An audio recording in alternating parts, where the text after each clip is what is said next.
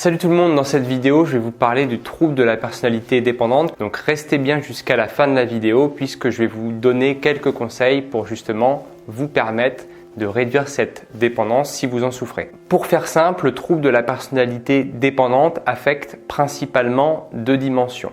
La première dimension, c'est le sentiment de compétence, c'est-à-dire que la personne va avoir le sentiment qu'elle est dépendante de l'autre pour faire un certain nombre de tâches de la vie quotidienne, des tâches routinières. Cela peut aller de la simple prise de décision, que les enjeux soient faibles ou forts.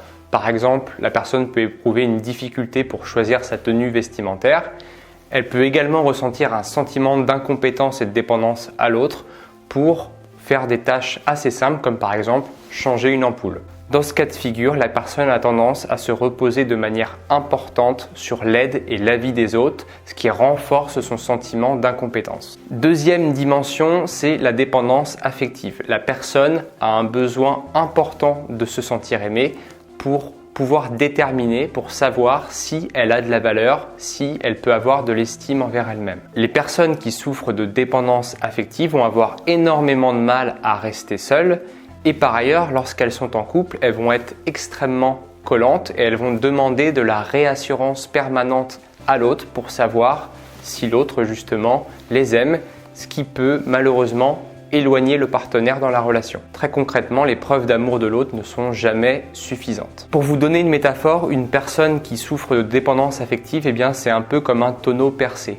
L'eau qui va rentrer à l'intérieur du tonneau, c'est l'amour de l'autre. Et le trou du tonneau, c'est le manque d'amour-propre de la personne. En général, ce type de trouble apparaît au début de l'âge adulte et il faut avoir au moins 5 des critères suivants pour qu'on puisse parler de trouble de la personnalité dépendante. Le premier critère, c'est la difficulté pour prendre des décisions sans être rassuré. Deuxième critère, les autres assument les responsabilités dans la plupart des domaines de sa vie. Troisième point, la personne a du mal à exprimer son désaccord par peur d'être rejetée. Quatrièmement, la personne a du mal à faire les choses seule par manque de confiance en son propre jugement et en ses capacités. Elle cherche absolument à obtenir le soutien de l'autre, quitte même à faire des choses déplaisantes qui lui déplaisent. Elle se sent mal à l'aise et impuissante quand elle est seule. Elle cherche de manière urgente de nouvelles relations quand la précédente se termine. Et elle est préoccupée de manière irréaliste, quasi obsessionnelle, à l'idée de se retrouver seule ou d'être abandonnée. Alors il peut y avoir tout un tas de causes aux troubles de la personnalité dépendante, comme par exemple le fait d'avoir été couvé, surprotégé ou trop assisté. Autre cause possible, vos parents vous aimaient pour ce que vous faisiez et non pas pour ce que vous étiez ou ce que vous êtes. Vous avez été dévalorisé, rabaissé et il y a eu un manque d'amour de la part de vos parents. L'un des parents a été trop exigeant envers vous et enfin, vous avez peut-être vécu une relation particulièrement toxique, dévalorisante qui a considérablement affecté votre estime de soi. Je vous l'avais promis en début de vidéo, je vais vous donner quelques conseils pour vous permettre d'atténuer votre trouble de la personnalité dépendante. Donc, si vous avez une dépendance à dominante compétence, ce que je vais vous proposer, c'est de faire la liste de toutes les choses dans votre vie pour lesquelles vous demandez de l'aide. Et ce que vous allez faire, c'est que pour chacune de ces choses, vous allez les noter de 0 à 100, où 0 représente aucune angoisse à l'idée de le faire seul, et 100 représente le niveau d'angoisse maximum à l'idée de réaliser cette chose seule.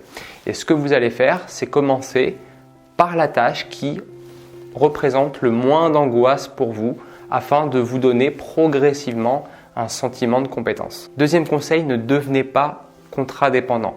Si vous décidez de changer votre relation de dépendance à l'autre, vous risquez de passer d'un extrême à un autre. Avant, vous demandiez de l'aide pour tout et dorénavant, vous allez refuser de demander de l'aide à quiconque.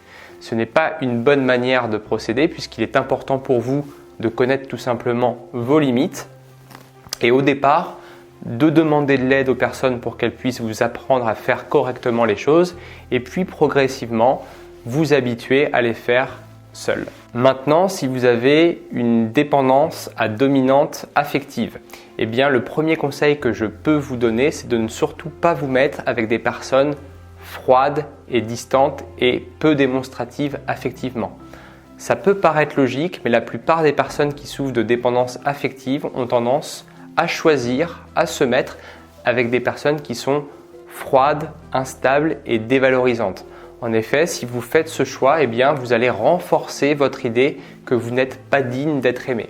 Donc vous avez tout intérêt à choisir des personnes qui sont assez démonstratives affectivement, plutôt chaleureuses, mais pas trop collantes parce que sinon ça risque de vous repousser. Deuxième conseil que je peux vous donner, apprenez à dire non. Ne pas savoir dire non cache souvent la peur d'être rejeté. Pour autant, ce n'est pas parce que je dis non que je vais obligatoirement déplaire à l'autre. En effet, il y a des manières de dire non et notamment, vous pouvez dire non de manière affirmée. Si vous souhaitez avoir des conseils pour dire non d'une manière plus assertive, plus affirmée, j'ai fait une vidéo à ce sujet que vous pouvez retrouver juste ici. Il est très important pour vous de réussir à dire non parce que si vous ne dites jamais non, eh bien vous allez entretenir la croyance que vous n'êtes pas digne d'être écouté et vous allez finir par penser que vos préférences et vos envies personnelles n'ont pas de valeur aux yeux de l'autre. Voilà, cette vidéo est terminée. J'espère qu'elle vous aura plu, que comme d'habitude, vous aurez appris des choses. Si vous avez des questions, vous pouvez les laisser en commentaire et je me ferai un plaisir d'y répondre. Vous pouvez également liker la vidéo, partager et vous abonner, c'est très important. Voilà, d'ici là, je vous dis prenez soin de vous et je vous dis à très bientôt pour la prochaine vidéo. Salut!